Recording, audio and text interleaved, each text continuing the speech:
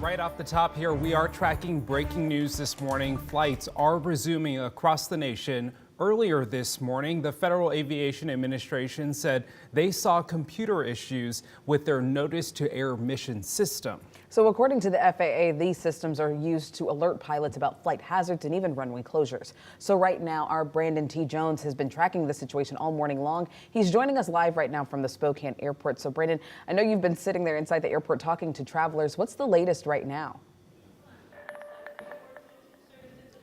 Yeah, Tim, Channing, this morning we've been out here at the Spokane airport, and as I mentioned a little bit earlier today, the TSA lines, they're moving quite well, but at this moment, we're not sure what caused this outage across the nation, and we're working to figure out some more information about those delays that we're probably going to see throughout the day.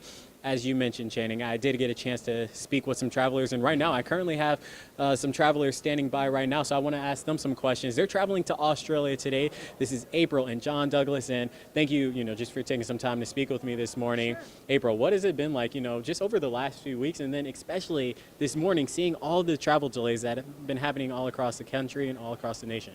Well, it's been a little difficult for a lot of people because of all the delays and everything, but this must happen right now. We need to sort things out, get things gathered together. But the key thing I think here is really important and vital is people respect the employees. It's not their fault. We have some drama to go through, but we can solve it and move on. But stay positive, for crying out loud. Absolutely. We only have one life. Absolutely. And yeah, picking up off of that, I know a lot of airport employees have been going through a lot over these past few weeks, so it's nice to hear that you have said that, and to respect those who are working out here doing their best. Today, you said you're traveling to Australia. Did you know before you came to the airport that the delays were? No, I took a little bit of a gasp and then said a quick prayer, but no, I didn't know, but I knew something like this was going to come down the line after watching what happened to Southwest, which is unfortunate for a lot of people at Christmas. But, it is what it is, and just be happy.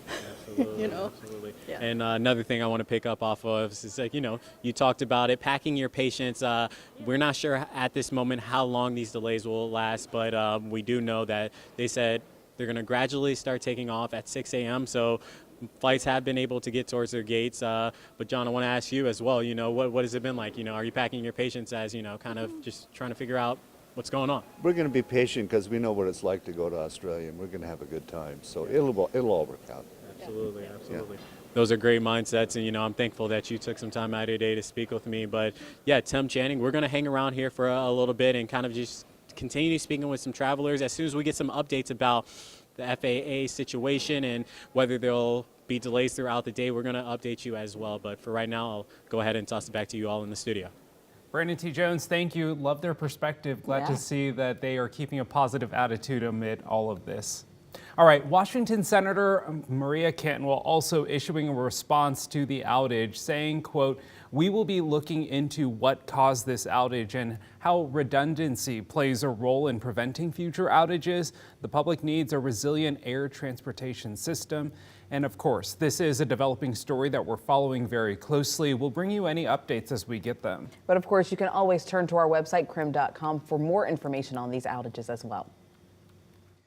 Weather-wise on this Wednesday morning, we are tracking a little bit of some light snowfall that's just been drifting through southern Spokane County, and it's just kind of meandered there over the past couple hours. As you take a look at Doppler radar for yourself, it's pretty much from downtown Spokane and southward, a little bit of a resurgence of some of these snow showers just in the past 30 minutes, just popping up kind of over the Palouse portion of the county. So if you're heading down Inland Empire Way, down south towards the Palouse, you'll probably run into, at minimum, some variety of precipitation, whether it is a rain or a snow mix, but it's going to definitely keep those roads wet. You'll want to be cautious for any hidden icy spots, particularly on bridges where they can form most easily. We're at 31 degrees out at the airport. Again, a very light snow falling, keeping conditions more on the wet side than the icy side as it stands right now, as temperatures have been on either side of the freezing mark as of 7 o'clock this morning.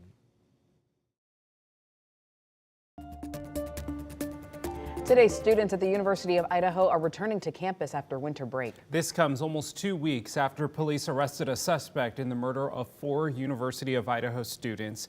KREM 2's Nicole Hernandez has been in Moscow since this story first broke 2 months ago. Nicole, you're back on campus this morning. What are things looking like today? So Tim Channing, like you mentioned, I am live here at the University of Idaho's campus, and as you can see, things are quiet right now on campus, but as the morning starts to pick up, classes will start. We'll start seeing more students walking around, heading to their first day of the spring semester. And for many students, this is the first time since those murders that they've been back on campus. U of I says there will still be a police presence here, but not as much as before investigators caught the suspect. University of Idaho Vice President Tori Lawrence says despite this tragedy, enrollment this semester is up compared to last spring. This has shown that Moscow is not immune to violence like this, but you know, it's still a very safe community.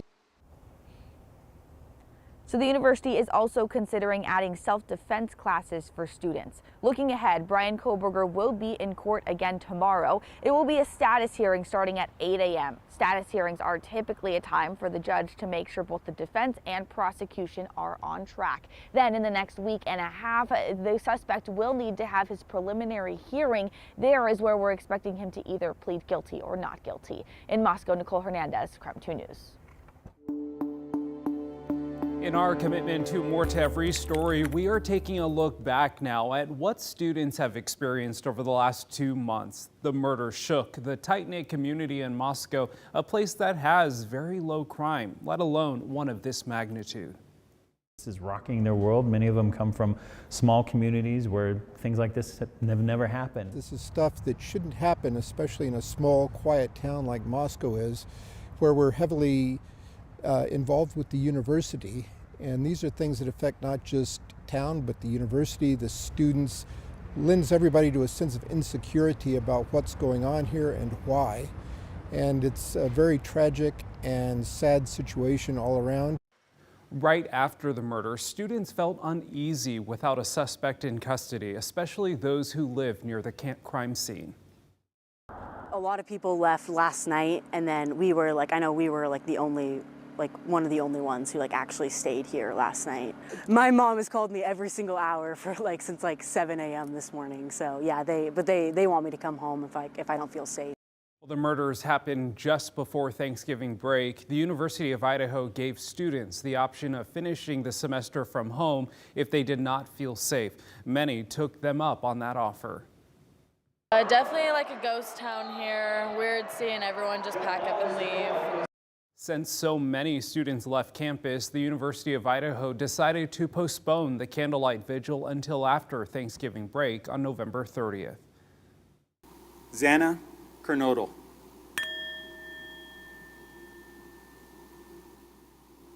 Ethan Chapin.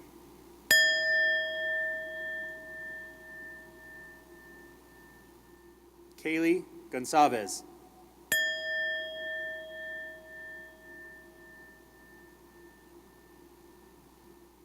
Madison Mogan.